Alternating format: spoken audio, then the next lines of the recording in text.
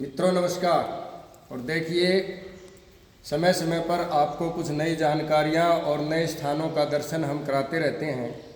आज काफ़ी दिन से इच्छा थी, घिराए कन्या गुरुकुल है और आज सौभाग्य से इस गुरुकुल में हम पहुंच चुके हैं। ये यज्ञशाला है।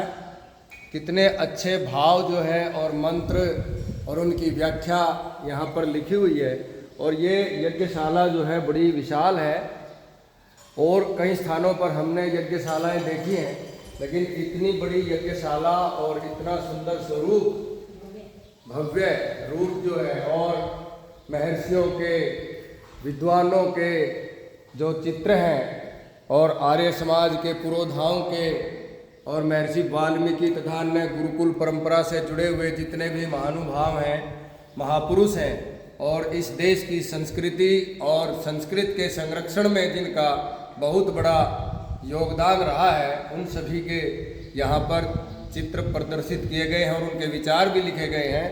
तो ये घिराए गांव के सुरम्य वातावरण में, प्रकृति के शांत वातावरण में ये गुरुकुल स्थापित है और इसका श्रेय जाता है बहन सुनीता शर्मा जी को, जिन्होंने अपने जीवन को संस्कृत और संस्कृति की सेवा संरक्षण में लगा दिया है।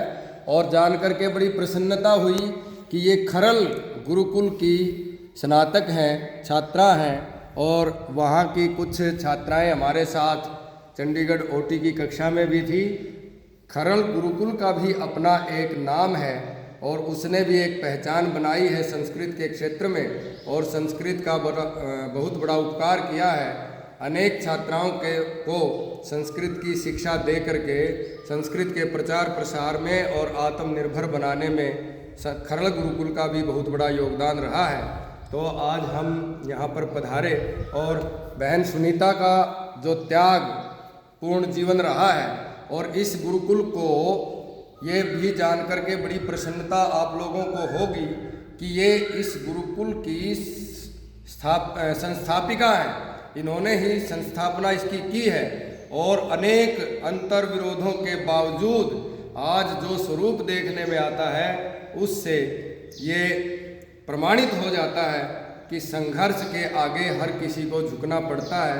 ये टूटी नहीं और इनका हौसला डगमगाया नहीं, जिसके कारण ये आज भव्य स्वरूप हमारे देखने में आया। तो हम बहन जी से निवेदन करेंगे कि वो भी थोड़ा सा अपना अनुभव और कुछ विचार जो है हमारे श्रोताओं को, दर्शकों को उनको दें, ताकि उनको भी जीवन में कुछ प्रेरणा मिले और वो भी समाज और देश के हित के लिए कुछ इस प्रकार के कार्य करने में सफल हों। बहन जी, सबसे पहले मैं यहाँ पहुँचने पर सुभाष चंद्र आचार्य राम राय महाविद्यालय, ब्राह्मण महाविद्यालय के यहाँ आने पर उनका हार्दिक दिल से स्वागत करती हूँ। और गुरुकुलीय पद्धति बहुत ही प्राचीन पद्धति है। गुरुकुल का मेन उद्देश्य ही ये होता है कि बच्चों के चरित्र का निर्माण किया जाए, उनको संस्कार दिए जाएं। जहाँ हम देख रहे हैं संस्कार और चरित्र खत्म होता जा रहा है आज के दौर में। आजकल के छात्र छात्राएं हैं वो हमारे आधुनिकता की तरफ ज़्यादा दौड़ रहे हैं, गुरुकुलों को कम पसंद करते हैं। इसलिए मैं इतना ही कहना चाहूँगी संक्षेप में कि गुरुकुलीय पद्धति है ये सर्वश्रेष्ठ पद्धति है और इसमें सर्वांगीण विकास किया जाता है। हम यहाँ पढ़ाकर अपनी छात्राओं को या छात्रों को उनके भविष्य का निर्माण कर सकते हैं, उनके चरित्र का निर्माण कर सकते हैं, उनको एक अच्छा व्यक्तित्व दे सकते हैं। वो जीवन में एक अपना अच्छे चरित्र का निर्माण करके समाज का कल्याण कर सकते हैं।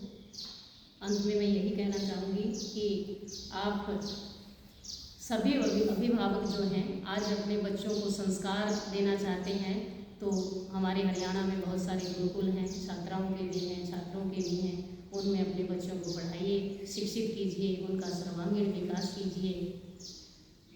कहते हैं ना, डूब रही है भारतीय संस्कृति, बचा सकती है इसे गुरुकुलीय पद्धति। इति ओम शांति। धन्यवाद। बहुत बहुत धन्यवाद।